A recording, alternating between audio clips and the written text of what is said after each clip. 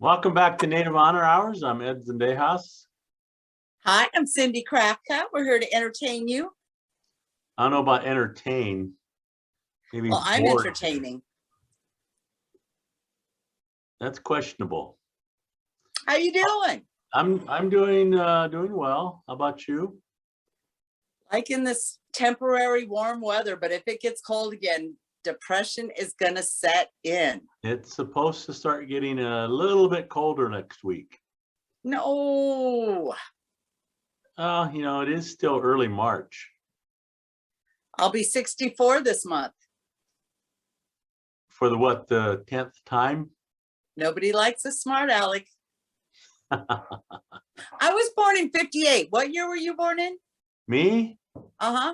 72. Liar. How come men are such liars? You're either a year older than me or a year younger than me. Since you won't say, I'm going with older. Come on. You know I'm way younger than you. Not even. Get Monica, get Jordan, get somebody in here. I was Kenny, can I say this on the air? I don't know. I was born in 1959. Oh, I am a year older than you. You are? No, it's more like 2 years older. I'm in 58. How could it be 2 years? You were born early. I hate to question your math skills, but somehow that doesn't make any sense. You were born in early 58 and I was born in latter part of 59. Do you realize how different life is? I was born into a world that had one telephone in the whole house. One TV that had 3 channels, and your dad and mom decided what you were watching. You had a phone? You had TV? My aunties, do you remember the party lines? Privileged. Do you remember the party lines? No, I don't. They had party lines on the res. And I told you. You knew when you were talking, 85 aunties were listening in.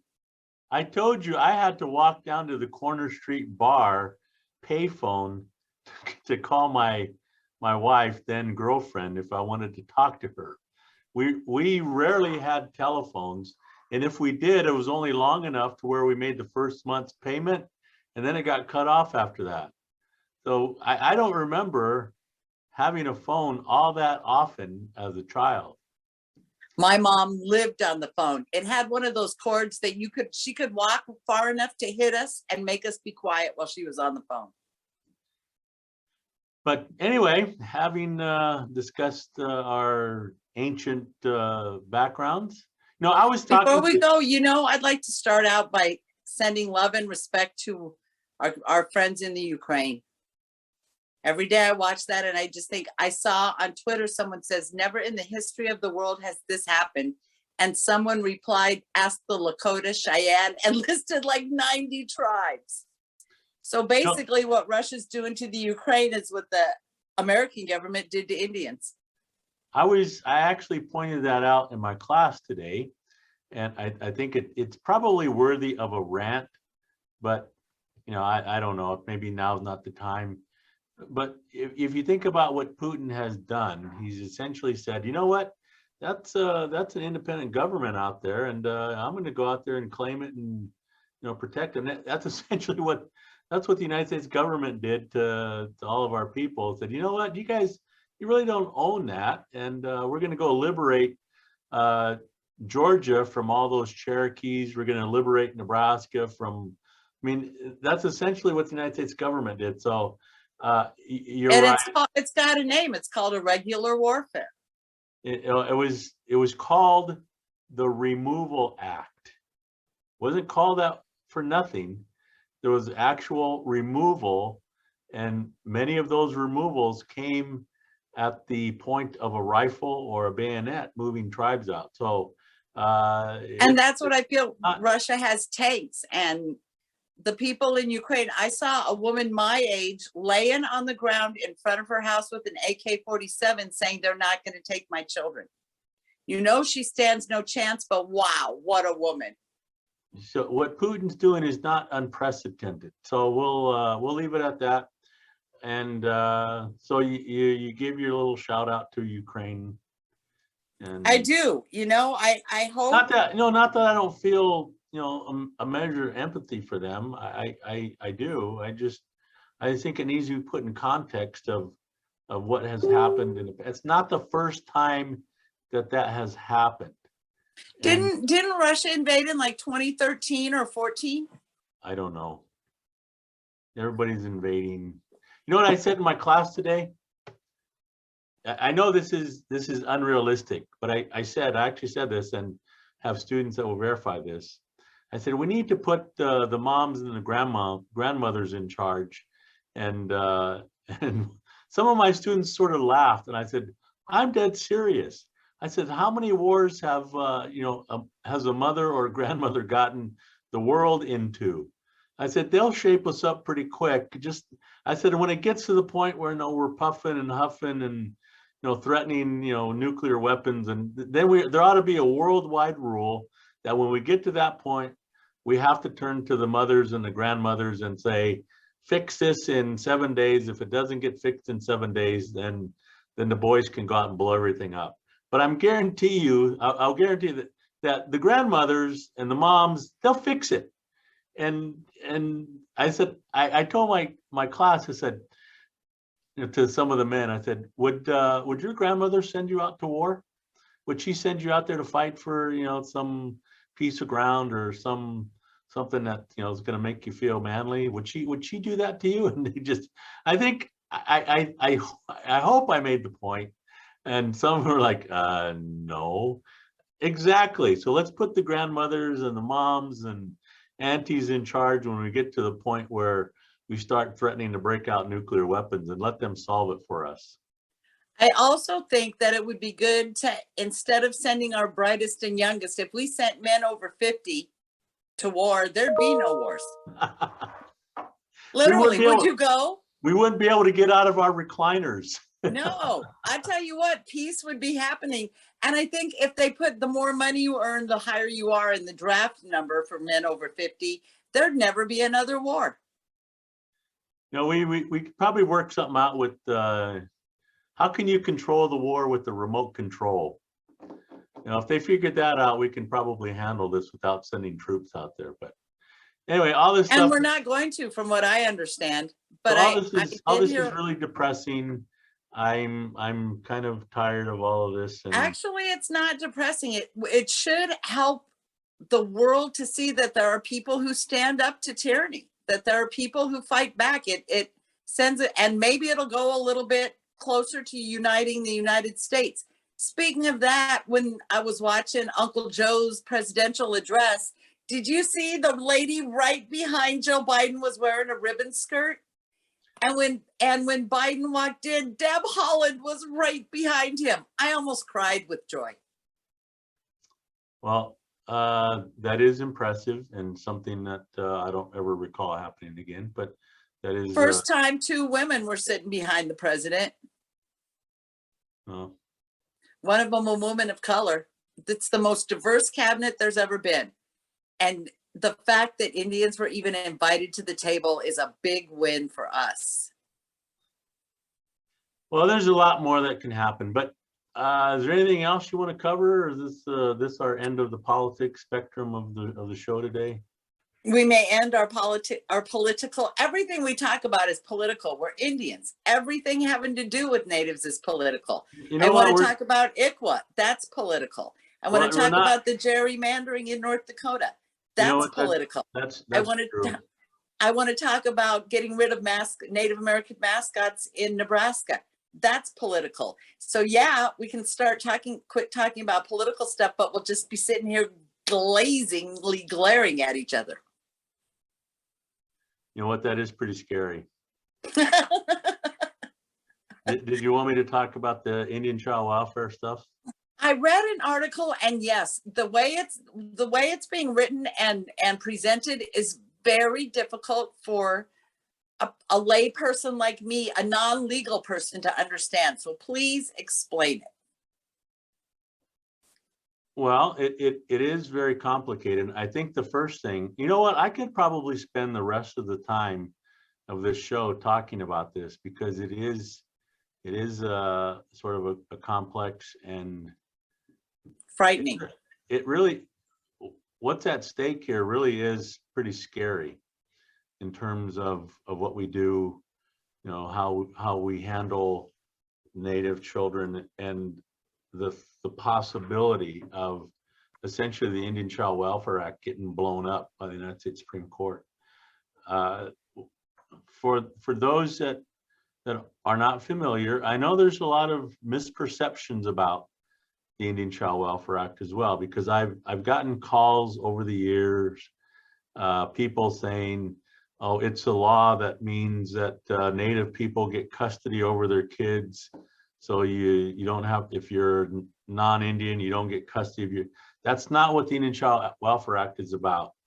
What the act is about, it was a response to the data that showed that Native children were being removed from their homes at a far greater rate than non-Indian children for the purpose of abuse and neglect.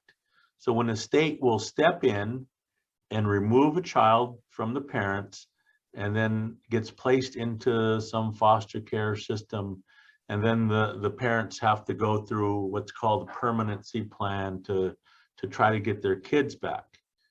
I have a quick question. I have a quick question. What about the res? Since the state doesn't have any power on the res, who takes those children out of the home? Well, that would be the tribal social services. Okay.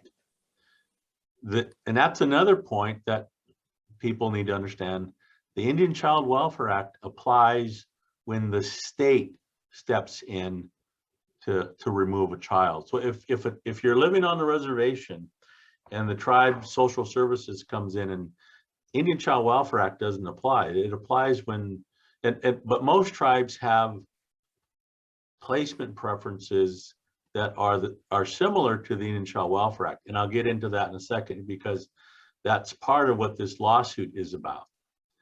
What the Indian Child Welfare Act does is that it requires a heightened level of legal scrutiny. One, to remove the child, and two, to terminate parental rights, and three, for placement preferences once the child is removed by the state and placed in foster care. And also, if it gets to the point where the state moves to terminate parental rights, who gets preference for the adoption of those Native children? So that's essentially the areas that the Indian Child Welfare Act comes into play. And there has been constant pushback from states because it requires them to do more. When I said it raises the legal standards in terms of, you know, when the state is trying to reunify a family, a non-Indian family, they have to provide what's called, you know, reasonable efforts to get the family back together again. But under the Indian Child Welfare Act, it requires what's called active efforts, meaning the state has to go above and beyond what they would ordinarily do for a non-Indian family to try to keep them together. So the whole purpose of the act is to try to, one, keep Indian Native families intact, and two, try to maintain contact with the child and either its family and or its tribe or tribal nation. Because what was happening is they were getting removed, put into non-Indian foster care, and then the state would move to terminate, and then you would have kids being adopted out to non-Native families, and kids were losing contact with their culture, heritage, language, all those types of things that are of great importance to tribes in their communities. And what they were finding was that these kids, as they were growing up, were having psychological and other mental health issues, because you have to deal with, why am I different? What happened to my, you know, how come I'm not, you know, with my mom? How come, you know, so there all those issues that were coming up, and then the state wasn't responding to them. And so the federal government stepped in a 1978 passed this piece of legislation. And it's been challenged ever since. Now, and actually my daughter just argued a case in the Iowa Supreme Court dealing with when a tribe asks for the case to be transferred back to the tribal court, because there's a mechanism in the act that authorizes the tribes to be able to ask that the case be returned to the tribal court so that the matter can be adjudicated, and the adoption or foster care could take place on the reservation so that there's contact with the tribe. And in that instance in Iowa, they essentially got rid of or used the wrong standards and did not allow the tribe to return or transfer the case back. And so my daughter challenged that, and that's up right now. They're waiting for a decision. But the point being is that there has been constant legal challenges to the Indian Child Welfare Act. And in this particular case, there are challenges to its constitutional foundation. There are challenges to the placement preferences, because when a child is put in either foster care or put up for adoption, there's preference goes to the child's family. Or if there isn't a family member to step forward, then it's someone from the tribe, or it's another native family. And then it's, if you can't find a placement with those groups, then it's opened up to anyone, or essentially non-Indian families. And there are non-Indian families in this instance going up to the Supreme Court that are challenging the placement preferences and saying it's not fair that Why? Because they want an Indian child? that native families and all that stuff get a preference. And actually, I used to teach a class on the Indian Child Welfare Act, and if you read the act, you have to state what is the constitutional foundation for passing this legislation. And if you read the act, its foundation is based off of the Commerce Clause, meaning that Congress has the authority to regulate commerce among states, foreign nations. And in this case, they would Indian consider tribes. the child commerce? Well, see, that's the thing. The Indian Child Welfare Act says, if you read it, it talks about, there's no resource that's more valuable than the tribe's children. And in a recent Supreme Court case, well, probably 7-8 years ago, I don't know if you remember, it was the case that they called the Baby Veronica case. Yes. Yes. Well, Justice Thomas, Clarence Thomas, I can't remember if it was a concurring or a dissenting opinion, but he wrote a sort of a secondary opinion. And he essentially said, you know what, I would get rid of the entire Indian Child Welfare Act because I don't believe that the constitutional foundation for it is appropriate. To claim that children are like resources or commerce, I would invalidate it based on, lack of having proper constitutional foundation. And since that time, there have been a number of challenges based on the constitutionality of the Indian Child Welfare Act. And the people that are funding this, it costs a lot of money to bring a case to the Supreme Court. And there are organizations out there that that are opposed to the Indian Child Welfare Act. They're opposed to it, and it's kind of ironic that they're using Clarence Thomas's opinion about children being considered as commerce or resources, but really the adoption agency industry has been opposed to this for a while because there's all them native babies that they can't ship off to they have to go through all the legal hurdles, and it's quite difficult and quite expensive if the act is implemented properly. So these people that are challenging the Indian Child Welfare Act, I don't necessarily consider their motives to be pure. What, like, who would challenge it? Give, aside from people who want to adopt Indian babies, who else would challenge this? Well, there are various political groups that that say, you know, that Indians, Native people shouldn't get preferences when it comes to the placement of children. That it should be like everybody else. Wait, excuse me And just a minute that, though. Don't African American children, when don't they place try and place well, African that's American children that would with be African American families? that would be a policy decision and initiative, you know, that the state would try to implement. The difference is we're talking about legislation that says it has to happen. And that's when you get, you know, the adoption industry and other political groups that are opposed to it and say it's what's going on is special treatment based on race.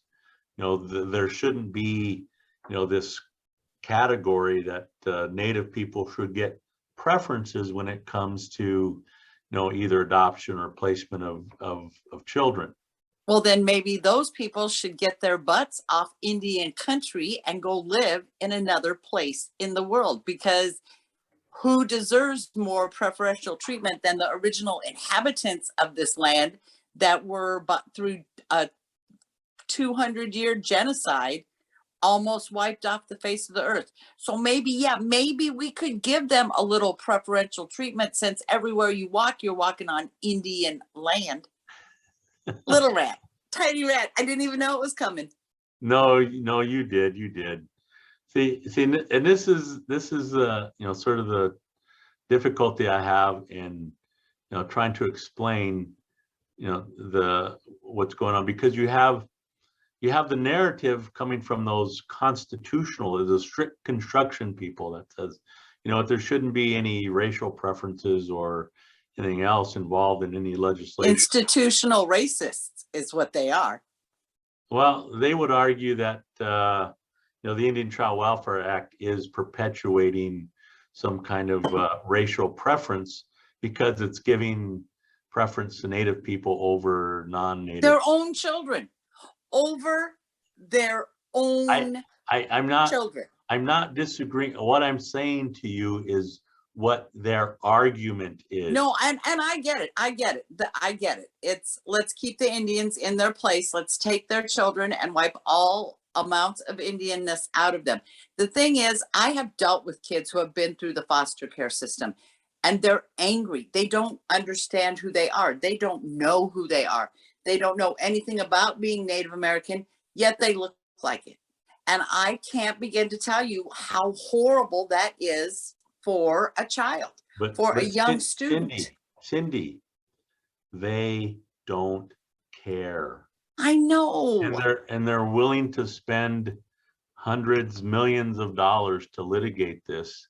What is the average cost of a case that goes to the Supreme Court? Because they think they are right. What's the question?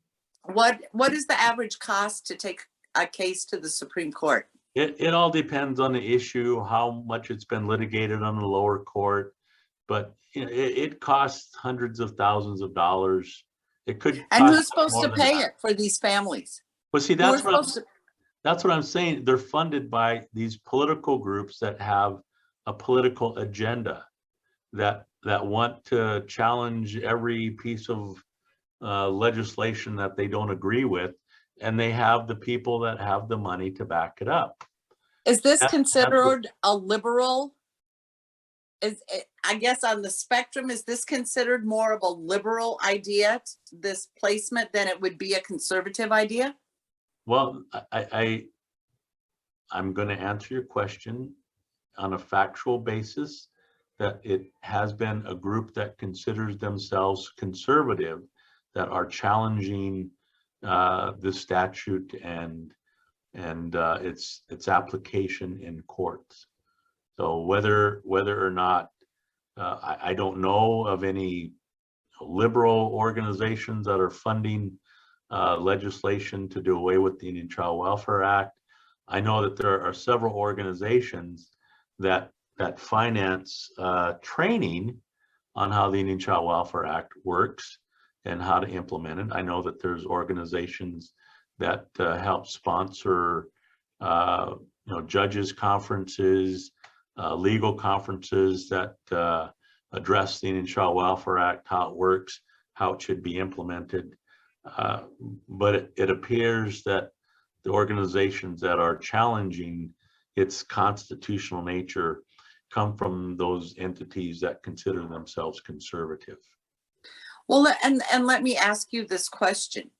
How could anybody think it would be wrong to place a child with their own ethnic group? I mean, what would be the fight there? Here's their argument, and here's what happens. Let's say the state removes a child, and these are emergency removals, and the state has to contact some place to place these children, and they have lists of people who they call on, and not all of them are native families. So they'll call on a family. Will you take this? Yes, I'll take this child. And sometimes it's an infant, it's a child, and by time these cases work their way through the system, it may be months or even years where the tribe gets involved, or a family member of the child steps forward, and at that point the foster family the non-Indian foster family will say, you know what, we become attached to this child. We rate that this is the only family that this child has ever known, and we decided we want to adopt this child, and we don't want to give this child up. So when the tribe steps forward, there's this this built-in opposition to the tribe coming in and wanting to remove the child from that initial or maybe secondary foster care placement that has had this child for, in some instances, maybe an infant or a younger child, where they say, we become attached to them. These kids call us mom and dad. How can you take this child from us? And those are generally the cases that you hear that get publicized, and you'll have like, for example, the baby Veronica case, where the family comes in and says, look, we've had this child for, since she was an infant, and it's 2-3 years have gone by. Now you want to take her from us. And so it draws on the sympathy of the relationship that has evolved between the non-Indian foster care placement and the native child. And then you get people that say, how cruel is that you're going to take this child from the only home that they have ever known, and to take them, and sometimes you get this, more often than not, that's going to take them back to this Indian reservation, and the inference being that, which is exactly why they should not be raising that child. Well, I'm just trying to point out to you some of the inferences that are made. You're going to take them back to that reservation. You know what those reservations are like. They're probably not going to have, health care. The schools are crappy, and so that's the narrative. So further institutional racism against life on the reservation. So that's the narrative that gets driven and publicized. And usually when you see these cases getting national attention is when that happens, when you have an Indian child, native child, that has been with the non-native foster home for years. And what they don't tell you is that generally the tribe has been trying for years to get this case transferred back to the tribe, so that you can minimize the time that the child is with the non-native foster home. But they don't tell that part. They tell, oh, it's been 3 years, 4 years, and you're going to remove this child, or you're going to cause trauma. So that's, I'm just telling what the narrative has been on it. Is there research on how harmful it is to these children to be raised outside of their culture? Yes, there is. And is that even taken into? And another question I have, do these social workers even know about ICWA? Would the average social worker even have any idea about ICWA? They are supposed to, and there is numerous opportunities to get training on it.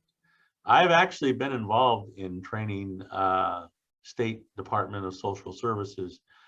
And but it's a constant effort, because in that area of work, there's always a constant turnover of social workers, because it's a difficult job. And so you get turnover, so you constantly have to train. And if you're not doing that on a constant basis, you're going to get turnover, and you get new workers that, that maybe have heard about the Indian Child Welfare Act, and they get a case, they don't know what to do with it, so they revert back to what they know, and that is applying a lesser standard of trying to permanency plan and reuniting the child and the family. So those are just some of the issues that go Well, on. I have another question. The woman who recently gave birth downtown and left the babies native. So if her sister or brother came in and said, we want this baby, would they be more likely to get it than for this child to be placed in foster care? They are supposed to receive placement preference. Family members are. Okay. They are supposed to. Mm-hmm. And okay, in order, say I was the family member, that does the state then come in and check out my house and do all of that? Because there's a lot of natives who don't trust the government even enough to come in and look at their houses. Yes, and that's another issue. The state will come in, and that's why at that point it's important to try to transfer the case to tribal court. See, and that's another area where you get opposition from the state to oppose transfer back to the tribal court, because they think tribal courts don't know what they're doing. They don't have adequate resources to help the family, and they think the state court is the only place where the child will receive adequate health and welfare and all kinds of attention. So that's part of the problem as well. Okay, then I have another question. Say the state took away one of my children, and I wanted to call in ICWA and have it sent to a tribal government. Could I send it to the Winnebago or the Macy tribal government, or would I have to go back home to South Dakota and file from there? You never paid attention in class, did you? It was 100 years ago. You're lucky I even remember your name. Come on, Cindy. If it makes you feel any better, there are certain professors I don't even remember being in their class. In order for the Indian Child Welfare Act to apply, the tribe has to be, or the child has to be enrolled or eligible for enrollment of a particular tribe, and the parent has to be an enrolled member. So there's problems with that, because sometimes some people don't get enrolled even though they are eligible, and they have children that are eligible for enrollment, but they're not eligible under the Indian Child Welfare Act because the parent did not get enrolled. So that's okay. I'm enrolled. I'm enrolled. My child would be enrolled. Can I go to Macy and say, I need you to pick up this case for me? You would have to go home. You would have to go to your tribe to see if they will. Well, and see, that probably is another problem too. There's probably a lot of urban Indians who would have no idea how to go back to their tribe to start the ICWA ball rolling, and how many tribes are willing to take this on, knowing what a fight it's going to be. Well, you're talking about a number of other issues that happen. One of them is, do people actually know about it? I think it's getting better.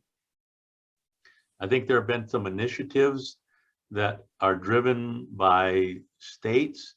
Actually, I was on a state, tribal, federal judges consortium, and one of the issues that we addressed was the Indian Child Welfare Act, and how that the state can improve awareness to judges and county attorneys and all of the people, court officers that are involved, would have a better understanding of how the Indian Child Welfare Act works.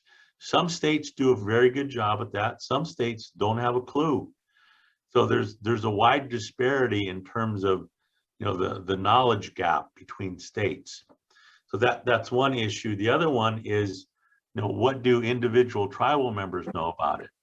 And do they have access to legal representation for those that know about it? I know there are some legal aid entities that do a pretty good job of trying to educate and even make efforts to represent parents that are involved in the process. Now, in a state system, the parents are also given they have the right to an attorney. So the issue becomes, does their attorney have the right or the knowledge about the Indian Child Welfare Act? Then the other issue becomes, does the guardian ad litem or the attorney appointed to represent the child understand the Indian Child Welfare Act? Because if you get a guardian ad litem that doesn't understand it, or they can use it as a weapon against the tribe, when really the guardian ad litem should be embracing the Indian Child Welfare Act and utilizing all of the resources that are available to the parents so that the children can be reunited with their families. But usually it's guardian ad litems use it as a weapon. I've only had one instance where a guardian ad litem came up to me and said, "Oh, I took a federal Indian law class and we talked about the Indian Child Welfare Act. I'm curious, I'm interested, and I want to learn. I want to be able to, and then took some interest in actually trying to incorporate the Indian Child Welfare Act as it was intended." One time. One time. Yeah, so those are, like I said, some of the issues, and now there's the Supreme Court has agreed to hear this case involving, I'm going to go out and assume, well, I don't assume, but I know Thomas has already made his point that he thinks that the Indian Child Welfare Act should be invalidated as a whole because it's not based on proper constitutional foundation, and also the other issues of whether the placement preferences are fair to non-Indian families that are involved in the process.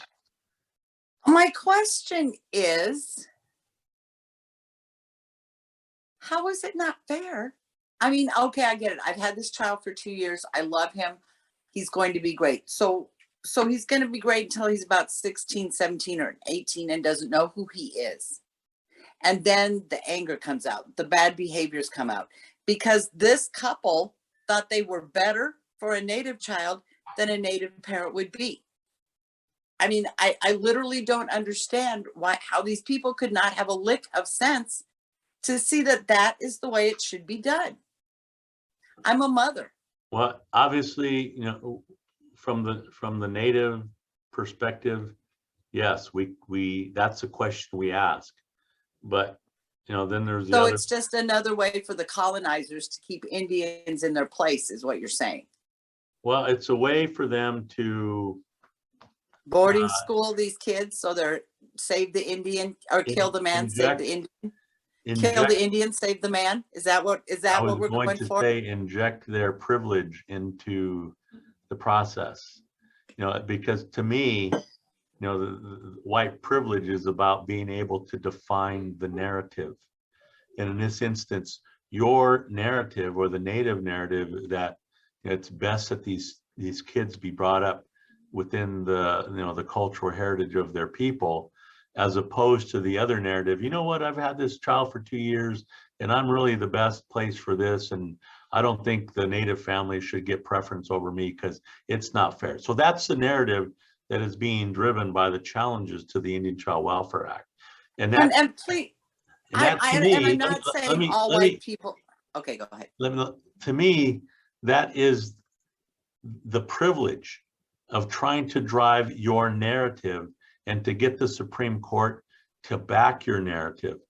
So I want to be clear when I talk about what to me is white privilege. Most people think, oh, it's because I was born poor. No, it's about being able to define and control the narrative. If you can get the courts, the Congress to support your narrative, you win. That your way is the right way and the Yes. best way for this child. And and trust and believe, I'm not saying that under no circumstances should members of the great Caucasian nation be allowed to adopt Native children. I have known some people who have taken courses who bring their children to power, who attempt to hook them up into who they are and where they came from. But I will tell you that it's like you said, one, it's been maybe 3 or 4 parents my entire 20 years at UNO that I have known that did that. So I'm not saying that it's better for a child to be loved than unloved, but what's best for the child is to be with its own ethnic group, to be raised into the child they are. I think we carry a lot of who we are in our genes, in our DNA. There's certain things about being Native that are just more comfortable for us than they are for the great Caucasian nation. I'm going to share some personal insight to this. Please do. No, and I'm serious. I know. I haven't done this too often, but I was raised in white foster homes, and most of them were really good people.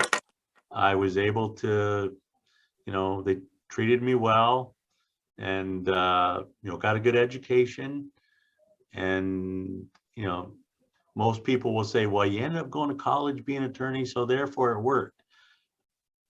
Well, as the older I get, and as we are losing our parents and siblings, and you think back, and I think, what did I lose out on? What did I miss? I missed out on being with my family, and you can't replace that. And so as the older I get, I have those thoughts of, man, what did I miss out on? I know, as you get older, you look back and think, well, yeah, I got 3 meals a day, and I had a roof. We had a telephone. We had a telephone and a TV. But looking back on that, I didn't miss that stuff. I really enjoyed being around my mother and father, even though we weren't the perfect family, and far from that. But so I look back at my life now and think, I missed out on some things that I'll never be able to get back. And there's regret, even though, like I said, I was, the foster families that I had were nice, and I was able to, enjoy some comforts that, other kids, didn't get. But I missed out on family. And that's what I don't think people get when they oppose the notion of, these kids need to be with their family. Well, and it makes you who you truly are meant to be. I have 27 first cousins, and we were always together.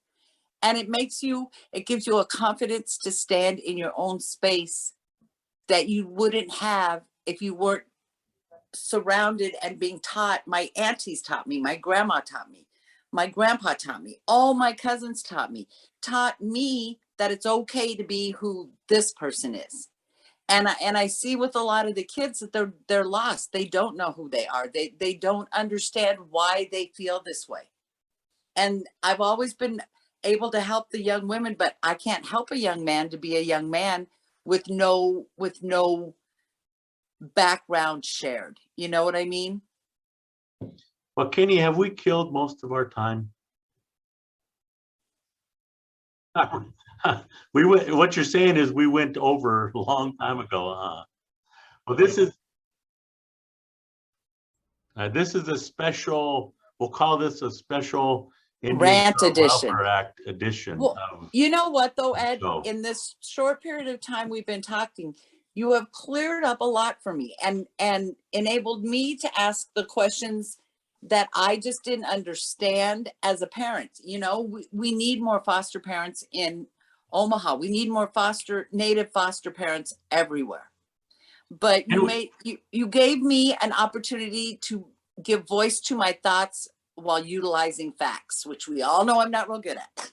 And we also need to become better parents, so that we don't give the state the opportunity to step in. We can be better uncles, grandpas, that kind of thing, but we really need to be better parents. And well, we need to not lose our children in the first place. Well, that's what I'm saying. But but if that happens, then we need to step up, and the Indian Child Welfare Act has been referred to as the gold standard. And if anything, what they need to do is they need to raise the standards for everyone, but that costs too much money and the state doesn't, too much work, doesn't want to do that. What's Kathy's question? My grandmother was did foster care in Rosebud in He Dog. And she did it until she had a beautiful little boy, Jeannie. I remember him. He came up to Lincoln to visit with us. He had to give her back to the parents. The parents took them home and killed him, burned him to death in a bathtub. That was the last foster child my grandmother ever took. I mean, I understand how difficult it is for foster parents to keep going. All right, Kenny, you said there was a question. Yeah, from Cassie. Said, when I volunteered for CASA, C-A-S-A, a few years ago, I was the only Native American in Omaha working with CASA in the judicial system. Do you know if there's any Native American helping currently? And she also comments in that CASA trains their social workers about ICWA. For those of you that aren't familiar, CASA means Court Appointed Special Advocate. So they're volunteers that they will be appointed to various types of cases, and they will essentially report back and sort of help when they can and make sure things are on track. Or in this instance, if there was a Native person that was that volunteered like Cassie, they could be the advocate for more training, implementation of the Indian Child Welfare Act. And that Cassie makes a great point, is that there are opportunities for people to volunteer to be able to do that. I don't know what Cassie's experience was. I know from the standpoint of being in the legal process, it takes a lot of work, and it's a very difficult. Working in these types of cases are very difficult, and I know that there's a large burnout in terms of people that get paid to do this. The people that are volunteering to do this, it also has an impact on people that volunteer. So there's that issue as well. But certainly that is a good way for an interested person to Native person that wants to get involved, is to do as Cassie did and volunteer to be a court-appointed special advocate. Well, all right. So we coming back next week? No, is there anything else, Kenny? I got to roll. All right. Well, we'll probably stay. Well, we will stay on top of this case. I guess oral arguments won't happen until next October, so we don't know how long this case will drag out in the Supreme Court. Probably could be potentially till the end of the term, which would be in June of 2023. In the meantime, who knows what's going to happen, whether states are dragging their feet, hoping that it gets overturned. Which is exactly what I think will happen. I think the states are going to drag their feet until nobody really cares anymore. Well, it's in the Supreme Court, so something's going to happen. But there's going to be a lot of frustration in trying to get it implemented, and because there's always this thought, why should we follow this? It's going to get overturned anyway. Yep. But I think that, do you have any knuckleheads? No, I think we have. I am good. I have to be in the car at 4 o'clock. So Cindy's got to go. Then. Well, we'll see you next week, and hopefully next week, and maybe we have a big announcement for you next week. Hey, everybody, have a good week. We'll see you. Thanks, Kenny. Take care.